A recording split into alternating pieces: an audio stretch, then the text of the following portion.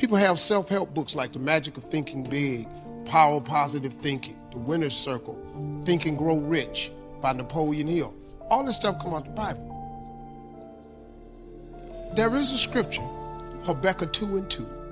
It says, write the vision and make it plain, so that he who reads it will run to it. And even though it tarry means take a long time, wait for it, for surely it will come at an appointed time. That's in the Bible. That ain't in the rich people's copy. That's in everybody's Bible. The problem is everybody don't do it. But it's right there. But you got to do it. I'm just telling you, if you don't do it, it's too hard. It's almost impossible. That vision board has changed my life. Everything I put on my vision board, I get. Next, keep a journal. She'll said, Mr. Rohn, not only be a student, but the good ideas that you develop from the books. Keep a separate journal. Write all this stuff down. Here's what he said. Don't trust your memory. If you're serious about becoming wealthy and powerful and sophisticated and healthy, influential, cultured, unique, keep a journal. Don't trust your memory. If you listen to something valuable, write it down. If you come across something important, write it down. Write it down. Now, I used to take notes on pieces of paper and torn off corners and backs of old envelopes and restaurant placemats and long sheets and narrow sheets and little sheets and pieces thrown in a drawer. Found out, best way, keep a journal. I've been keeping these journals now since age 25. It makes up a valuable part of my own learning, and it's a valuable part of my library. My own journals now form a good portion of my own library. This stuff. I'm trying to get kids to do like I do, be a buyer of empty books. Kids find it interesting I'd buy an empty book, especially at my status in life. What did I pay for this week? $26. Kids say, $26 for an empty book? Why would you do that? Well, the reason I paid $26 is to press me, to see if I can't find something worth $26 to put in here. And I'm telling you, all my journals are private. But if you got a hold of one of my journals, you wouldn't have to look very far until you would say, this is worth more than $26. I must admit, if you got a glimpse of Mr. Rohn's journals, you'd have to say he is a serious student. Not just committed to his craft, but committed to life, committed to skills, committed to learning, to see what I can do with seed and soil and sunshine and rain and miracle and possibilities and turn it into equities of life and treasure, family relationships, enterprise, sales, management, gifts galore, everything you want, all available, especially in America. I'm asking you, keep a journal. I call it one of the three treasures to leave behind. Let me give you that. One of the three treasures to leave behind. Number one is your pictures. Take a lot of pictures. Did you ever look back? Right? 2 or 3 generations, just a handful of photographs way back there. Wouldn't it be something if there was album after album, thousands of pictures to help tell the story? A picture's worth 1,000 words. Don't be lazy in capturing the event. How long does it take to capture the event? A fraction of a second. How long does it take to miss the event? A fraction of a second. Errors in judgment or disciplines. Take lots of pictures. Help tell the story. Click, click. Got it. Click, click. Got it. I go to Taiwan to lecture. Taipei, Taiwan. Grand Hotel. Neat place to do a weekend seminar. I got 1,000 students. Guess how many cameras? 1,000 cameras. They all bring their cameras. They wouldn't miss the event. Take pictures. It takes me more time to take pictures than it does to do the lectures. Here's my new American friend. Here's my new American friend. Click, click, save it. Got it. 1,000 words, each one. What a scenario. Don't miss the pictures. When you're gone, one of the things to leave behind, the treasure in picture as well as in words. Next, your library. The library that you gathered, that taught you, that instructed you, that helped you to defend your ideals, that helped you to develop a philosophy, that helped you to become wealthy and powerful and healthy and sophisticated and unique. The library that helped you conquer some disease, the library that helped you to conquer poverty, the library that caused you to walk away from the ghetto, the library, the books that instructed you, fed your mind and fed your soul. Leave your library behind. One of the greatest gifts you can leave behind is your library. Stepping stones out of the darkness into the light. Your library. So leave your books behind. Your books will be more valuable than your couch. Books, books, books. And third is your journals. The ideas that you picked up. The notes you took at seminars like this. Wherever you found an occasion to gather something valuable and put it in here so you could go back over it, go back over it. Repetition is the mother of skill. Read it one more time, learn it one more time, see if you can digest it one more time. Let it coach you one more time. Let it teach you one more time. Let it inspire you one more time. Words are inspirational. The lyrics of a song. And not just read it once. That's why we put our stuff on cassettes so you can go through it again and again and again. If you hear a beautiful song that does something to you, you don't say, well, that's enough. Don't need to hear that again. No. Wouldn't you want to hear it again, hear it again, hear it again? Let it instruct you. Let it feed you. Let it teach you. Take you on wings of emotional journeys. Wouldn't you want to do that again? The answer is yes. That's what's so important. Here's what's important. One of the things to leave behind, that's your journals. All the stuff you took the meticulous time to gather. One of the greatest proofs that you're a serious student. Taking pictures, that's pretty easy. Buying a book at a bookstore, that's pretty easy. Here's one that's a little more challenging. Be student enough of your own life and your own future and your own destiny. Be student enough to take the time to keep the notes, keep the journal. You'll be so glad you did. What a treasure to leave behind when you go. Your journals.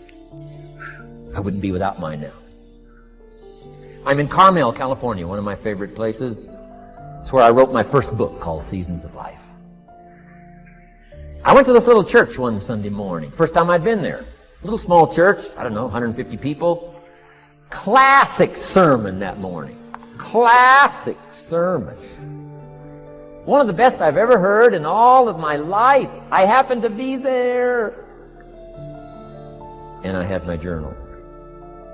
While this sermon is going on, I can't believe it was so precise, it was so unique, it was so powerful. And I've got my journal, and I'm taking notes. Taking notes of this classic sermon. Guess how many other people were taking notes? Approximately, guess. How many do you suppose? It looked like, best as I could tell, I'm the only one taking notes of this classic sermon. Now, since I'm a stranger there, and it's the first time I've been there, and I'm taking these notes, people started looking, who is he and what's he doing? I started feeling just a little bit uncomfortable. I'm still writing. Now I'm feeling kind of like a spy. Right?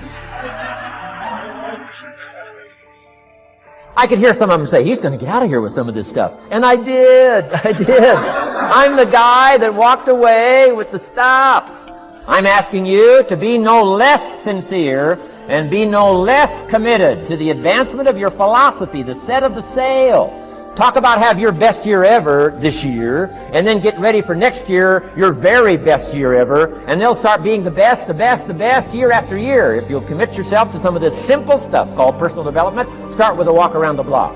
Start with the refinement of your philosophy. Start with the teaching of your own fabulous mind, where all the answers are. I can only give you a few answers from my own experience. The rest of all the magical answers are within the confines of your own mind. But it takes the books, it takes the cassettes, it takes the videos, personal conversation, sermons, lyrics from songs, dialogue from the movie. Let your heart be stirred by words. Find ways to capture. Part of your personal development quest. Now here's the last subject on personal development just before we take our break. Isn't this good stuff? I'm telling you, this stuff changed my life. Turned me every way but loose. I've never been the same since the teacher gave me some of this simple instruction. How to go from where you are to where you want to go. How to go from what you are to what you want to become. How to go from pennies to treasure. How to go from nothing to fortune. It's all within the confines of this stuff that I've been trying to share with you. Laboring best I can. Words are clumsy when you try in your experience. But I'm doing my best today. And I'm excited about it. Appreciate you taking all these good notes. And good students today. I appreciate it. Success and failure are not giant events. They don't just show up. You don't just suddenly become successful or suddenly have this cataclysmic event that makes you fail. It may look that way, but failure comes from all the little things. It's failure to make the call. It's failure to check the books. It's failure to say, I'm sorry. It's failure to push yourself to do things physically that you don't want to do. And all those little failures day after day come together until one day some cataclysmic event happens and you blame that. That event happened because you missed all the little stuff. Do you agree with me? And success, by the way, is not some overnight event. It's all these little things. Success is having a vision. Success is making it compelling. Success is really seeing it and feeling it every day with strong enough reasons. Success is feeling the sense that I'm here to grow and I'm here to give something to the world more than just myself. All the little stuff. That's where success comes from. In business, it comes from delivering more than anybody could imagine. All those little things add up. People go, wow, that's who I want to do business with. It's true in any area of your life. I read a minimum of 2 books a week. The average American reads only 1 book a year. If you decide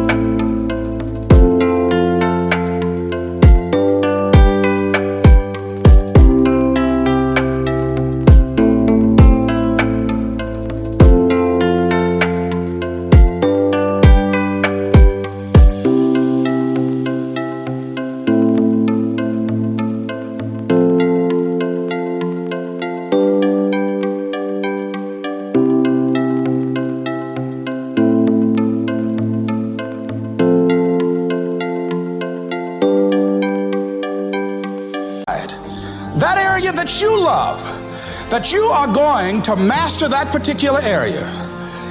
In this era of accelerated change, overwhelming complexity, and tremendous competition, as you begin to develop and expand your skills and your talents and your vision of yourself, you will always be in control of your destiny.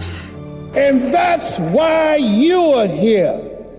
There's a voice in you that has said, I can do this. I know others have failed. I can do this. I know others have said that I can't do it. I've had setbacks in life. How many of you had some failures? Raise your hands, please. How many of you had some no's in your life? Raise your hands, please. Shake someone's hand on your right and left and say, make no your vitamin. Ladies and gentlemen, if you want to make it in life, you got to make no your vitamin. You've got to know every no brings you a step closer to a yes. Anybody can stop because someone said no. But there's something in you, in your heart of hearts, that's saying, I'm not a quitter. There's something in you that says, I've got the will to do it. There's something in you that says, I'm going to find a way. The fact that these feelings are normal, okay? Normal just means you're used to them, but you don't have to live with them. So even though you're so used to these negative feelings and these feelings of doubt, you still don't like them. You still have the ability to stop that. So I want you to think of a moment in time when you were really happy. Like, it could be a memory from being little, it could be something that you dream of doing. And I want you to come up with something really specific about that moment, okay? Like, think about what you were wearing, or think about the blue sky. That is going to be what I call your anchor thought. Every time from this moment forward that you wake up or you find yourself drifting to those normal feelings of, I'm a loser, I'm worthless, I'm never going to find love. They may be things that you're used to thinking, but that doesn't matter, because you can change them. The second that you feel that, you've drifted over into that thought, and I keep coming over here because when you start using the rule, you're going to start to literally feel which part of your mind you're using. The worries kind of happen here. I want you to 5, 4, 3, 2, 1, and then I want you to insert this vision of yourself where you felt really good. And if you can't think of one, invent one. How would you feel if you were in love? How would you feel if you loved yourself? How would you feel if you did that thing that you're scared of, that you keep talking yourself out of?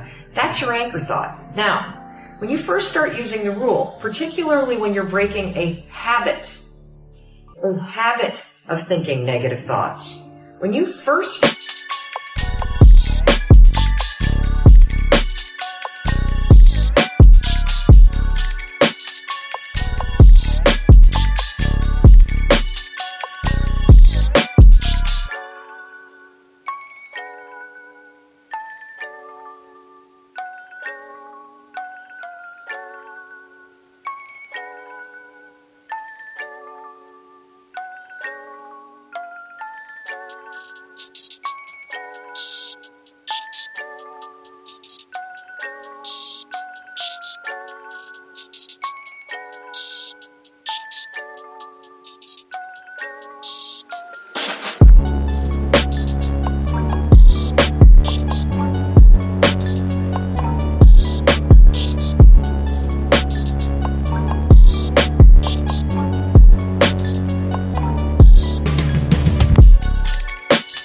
start doing it, you may need to use the 5-second rule 73 times in one day. That's okay. I had to do it like that when I was first using the rule to cure myself of anxiety.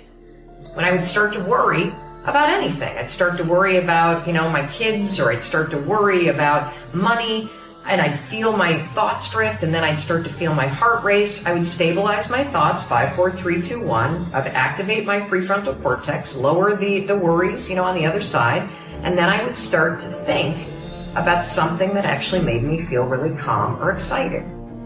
That is the battle of your mind.